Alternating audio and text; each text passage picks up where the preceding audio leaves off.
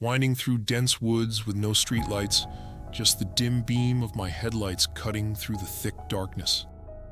I hated this stretch. The forest felt suffocating, like the trees were closing in, but there was no shortcut. After a long shift, I needed to get home. Exhaustion weighed on me. My back ached from hours behind the wheel. My eyes were blurry, and I was ready to pull over and rest. Then came the boom. The truck jolted, sending a shock of adrenaline through me. I slammed on the brakes, my heart pounding, as the vehicle swerved and screeched to a halt on the gravel shoulder. My hands were shaking. I grabbed my flashlight and stepped out of the truck. The cold night air hit me like a slap. The rear tire was flat. Something sharp had punctured it. I bent down to inspect the damage. A jagged piece of metal was lodged deep in the rubber. "Someone's been here," I muttered, a chill creeping up my spine. I straightened up, scanning the forest, and that's when I heard it, a low guttural howl. Not the kind of howl a wolf would make. It was wrong. The hairs on the back of my neck stood up. My flashlight flickered in my trembling hand as I turned it toward the trees. Nothing. The howl came again, this time closer. I froze. Another sound followed. Footsteps. Heavy, deliberate steps moving through the underbrush. My heart hammered. Whatever it wasn't human. I turned and ran for the truck, fumbling with the door handle. My hands were slick with sweat. As I climbed in, I could feel it. Something was out there, watching. The footsteps stopped, and the trees seemed to shift, rustling unnaturally. I started the engine, desperate to get away.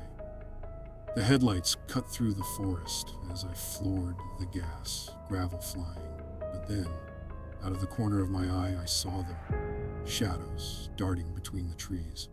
Tall, thin figures that flickered in and out of the light.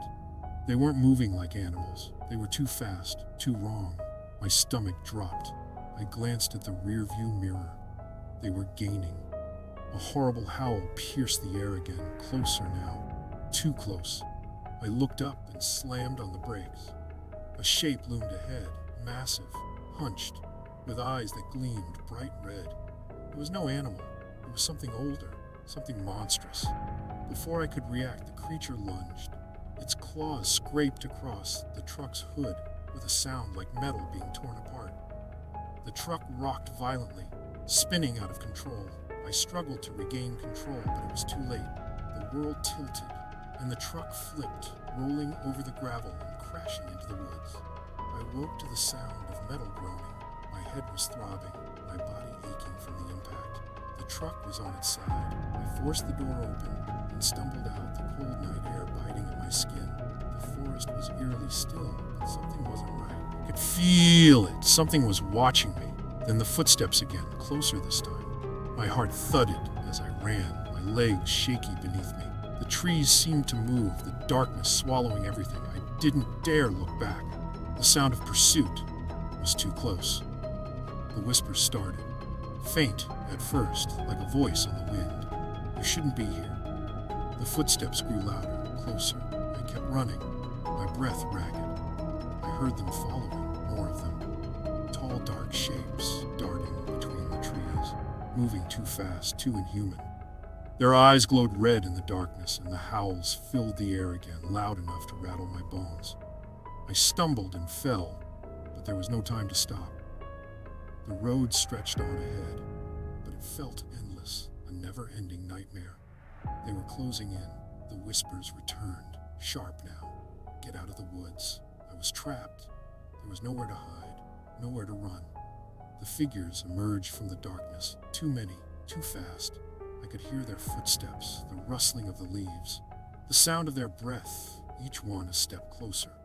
I tried to outrun them, but my legs felt heavy, and the road was blurring before me.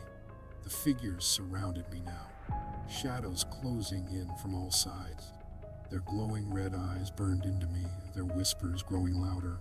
The howls rose again, deafening. I couldn't breathe, couldn't think. I had no escape. The road had led me here, to this moment, and I knew there was no way out.